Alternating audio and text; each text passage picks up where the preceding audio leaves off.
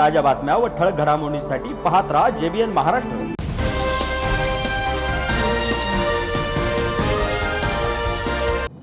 नमस्कार, मी मिनाल पिंपळे। पाहूया काही ठळक वृत्त। दिल्लीतील जंतर मंतर येथे नीट परीक्षा प्रकरणी शिक्षण मंत्र्यांच्या राजीनाम्याच्या मागणीसाठी सुरू असलेल्या आंदोलनादरम्यान 20 जुलै रोजी संसद भवनाकडे निघालेल्या मोर्चावर पोलिसांनी लाठीचार्ज केल्याच्या निषेधार्थ जामनेर शहरात आज महाविकास आघाडीच्या वतीने मूक मोर्चा काढून केंद्र सरकारचा निषेध करण्यात आला। या मोर्चात महाविकास आघाडीचे पदाधिकारी, कार्यकर्ते आणि विद्यार्थी मोठ्या संख्येने सहभागी झाले।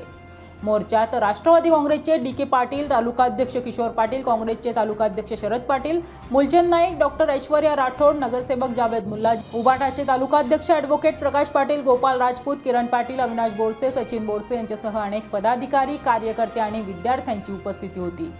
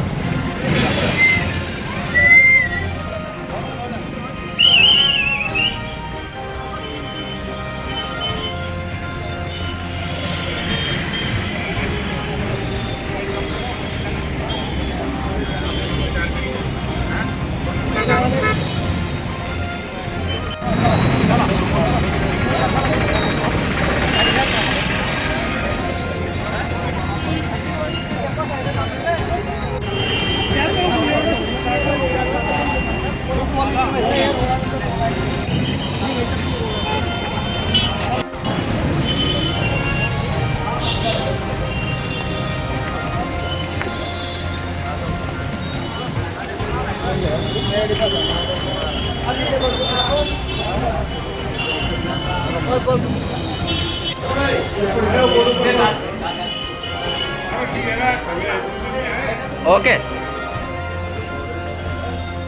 आता सर्व विकास आघाडीच्या वतीने या निगरगट्ट केंद्र शासनाच्या विरोधामध्ये आपण बघितलं असेल 20 ते 25 दिवसापासून या विद्यार्थ्यांच्या मागण्यासाठी सोनम वांगचुक असतील, आपले दीपक भाऊ असतील, हे उपोषणाला बसलेले आहेत। अतिशय शांततेच्या मार्गाने यांचं उपोषण सुरू होतं। यांची एकच रास्त मागणी होती, ज्या विद्यार्थ्यांचं भवितव्य या ठिकाणी या शासनाने वेठीस लावलं, ज्या शिक्षण मंत्र्यांनी वेठीस लावलं, नीटचे पेपर आपण बघितले असेल, नीटचे पेपर या ठिकाणी लीक झाले आणि या देशातील विद्यार्थ्यांवरती खूप मोठा प्रमाणात अन्याय झाला। याचा परिणाम म्हणून जवळजवळ या देशामध्ये 20 ते 25 विद्यार्थ्यांनी आत्महत्या केली। याची जबाबदारी स्वीकारून या शासनाने कुठेतरी याची जबाबदारी स्वीकारली पाहिजे, म्हणून या शिक्षण मंत्र्यांना राजीनामा दिला पाहिजे।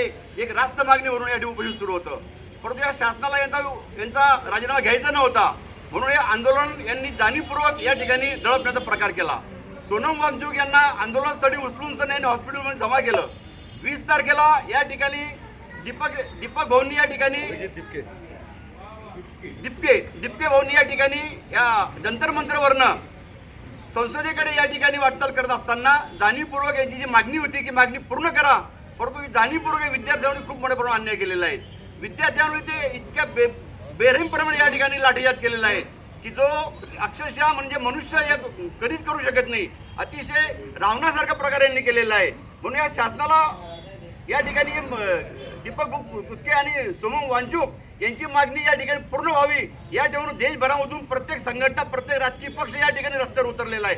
मुंबई असेल, यानंतर संपूर्ण देशामध्ये या ठिकाणी विद्यार्थी रस्त्यावर उतरलेला आहे। विद्यार्थ्यांवर खूप मोठा अन्याय झालेला आहे, म्हणून या ठिकाणी शिक्षण मंत्री राजीनामा दिलाच पाहिजे। या मागणीसाठी जामनेर तालुक्याच्या वतीने राष्ट्रवादी काँग्रेस असेल, शिवसेना असेल, मनसे असेल, काँग्रेस असेल, या सर्व महाविकास आघाडीच्या वतीने आमची एकच मागणी आहे की या ठिकाणी या शिक्षण मंत्र्यांना त्वरित राजीनामा घ्यावा, अन्यथा या ठिकाणी मोदी साहेबांनी याची जबाबदारी स्वीकारून मोदी साहेबांनी सुद्धा राजीनामा द्यावा अशी मागणी या ठिकाणी करतो। जय हिंद, जय महाराष्ट्र।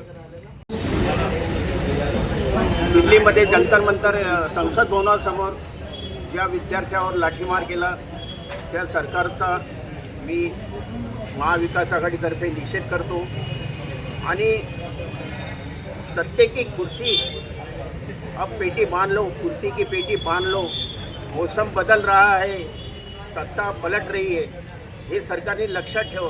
आज भारतातलं वातावरण अलग झालेलं आहे. सर्व मला बाळासाहेबांची एक आठवते.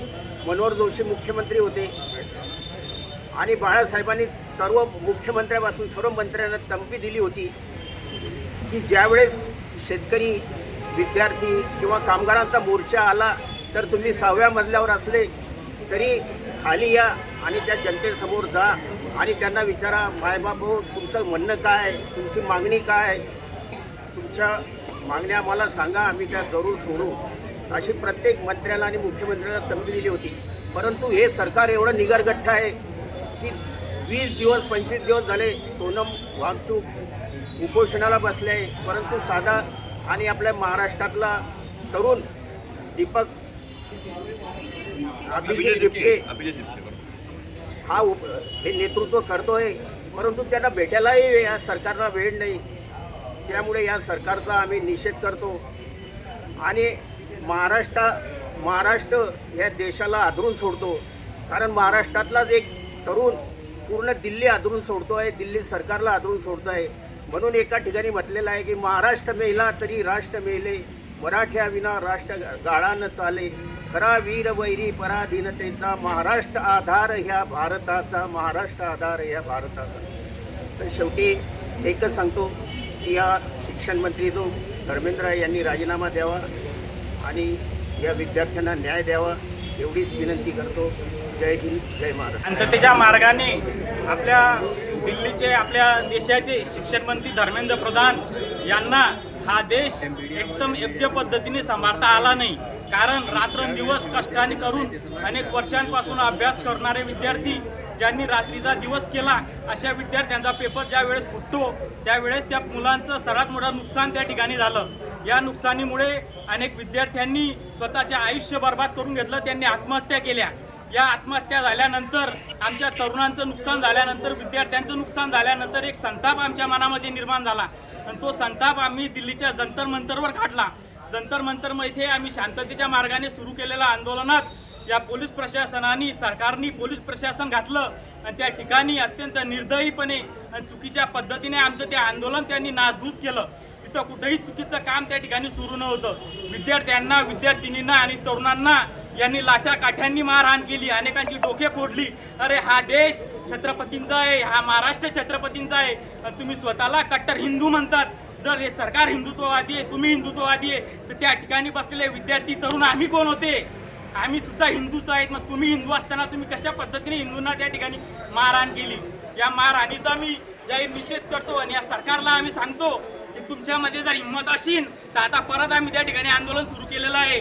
जर आता यापुढे जर एकाही विद्यार्थ्याच्या अंगाला धक्का लागला तर या सरकारला, या मंत्र्या-संत्र्याला आम्ही या महाराष्ट्रात काय या देशात कुठेही फिरू देणार नाही. हे सरकार, या तरुणांमुळे हे सरकार आलेलं आहे आणि हे सरकार आम्हीच घालवून टाकू जर तुम्ही चुकीच्या पद्धतीने वागलात तर.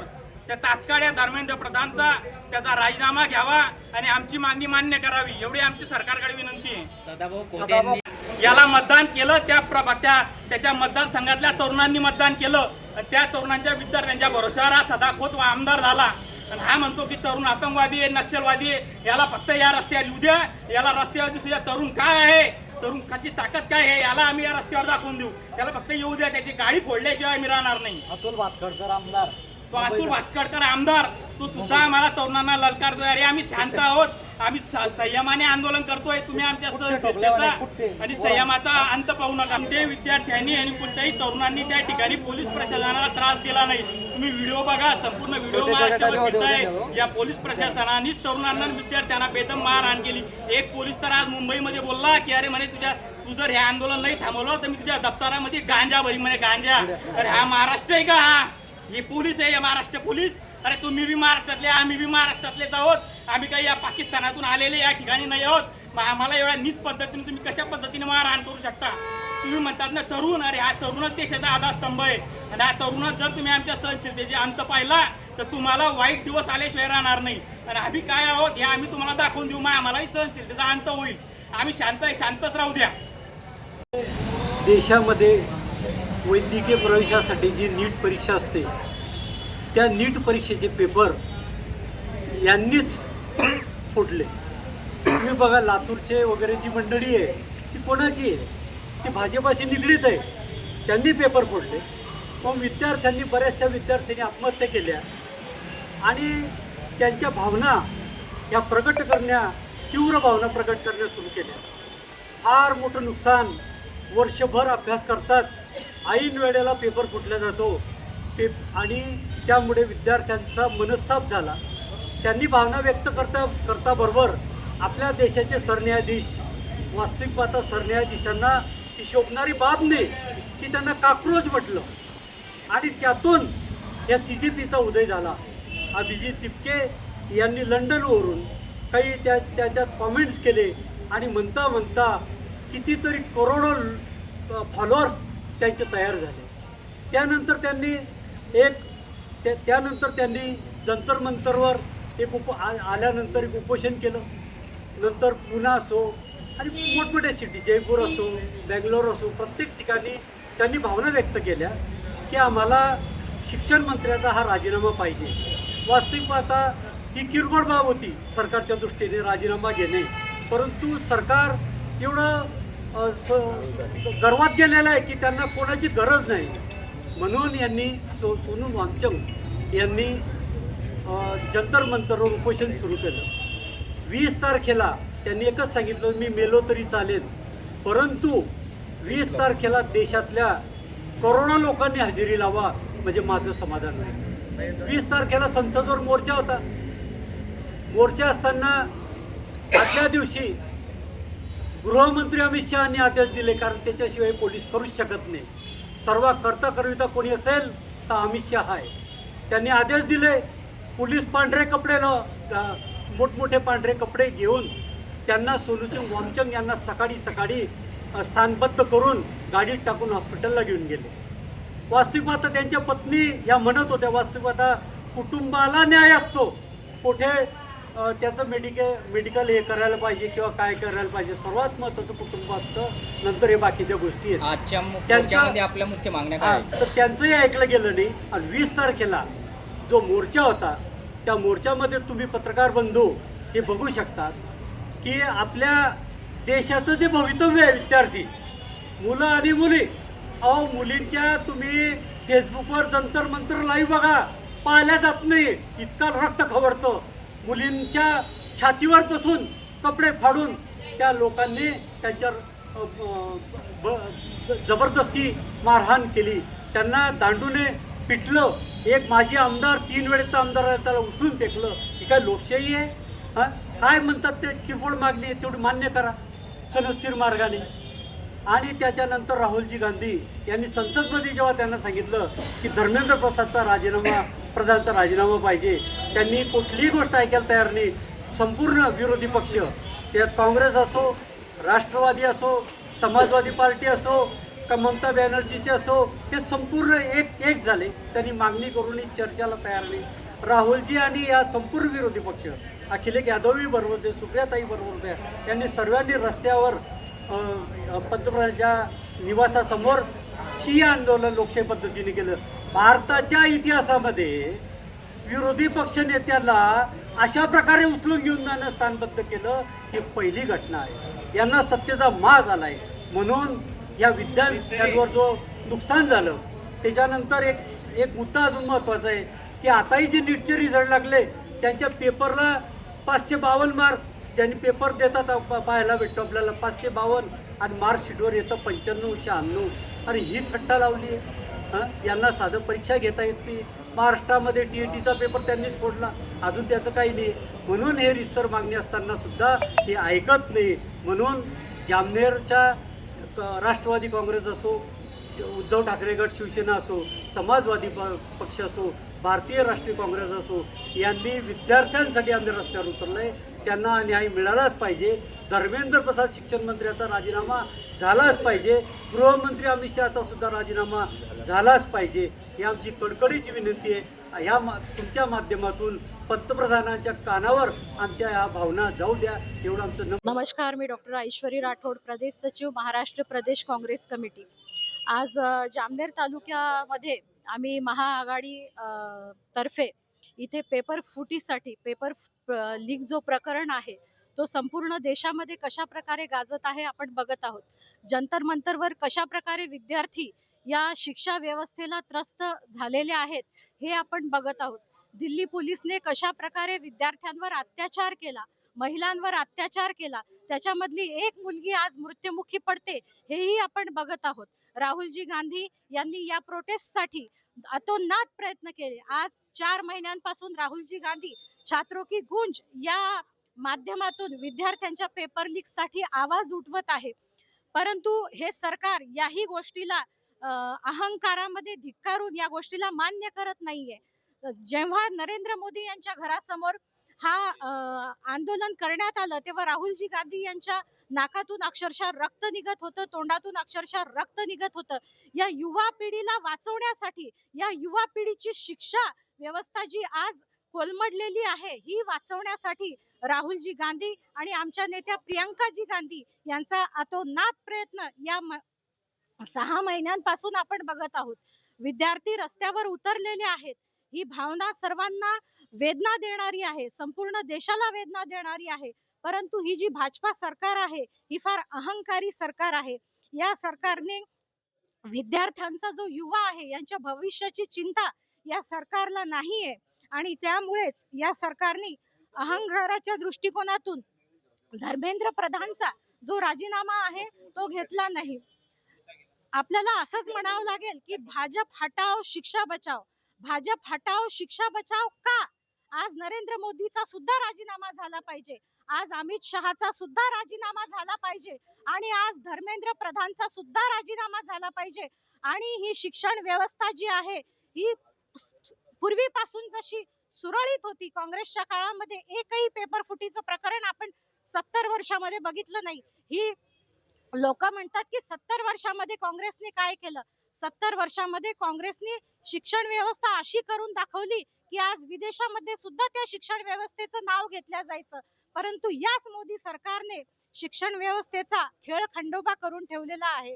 धर्मेंद्र प्रधानचा तर राजीनामा व्हावाच, परंतु जे विद्यार्थ्यांवर अत्याचार झालेला आहे, ज्या विद्यार्थ्यांनी 21 विद्यार्थ्यांनी आत्महत्या केलेल्या आहेत त्यांना 1-1 कोटी रुपये देण्यात यावे. आज या विद्यार्थ्यांना जेलमध्ये डांबून ठेवतात. पोलीस प्रशासन दिल्लीचं त्यांना म्हणतं बेटा चुपचाप बैठ जाओ, तुम्हारे वजह से हम सर्विस नहीं कर सकते, अगर तुम इधर उधर किए तो तुम्हारे हम पाकिट में थोड़ा थोड़ा ग्रॅम जो है ये ड्रग्स रख देंगे. अशा प्रकारे त्यांचं मानसिकरित्या त्याचं छळन केलं जात आहे.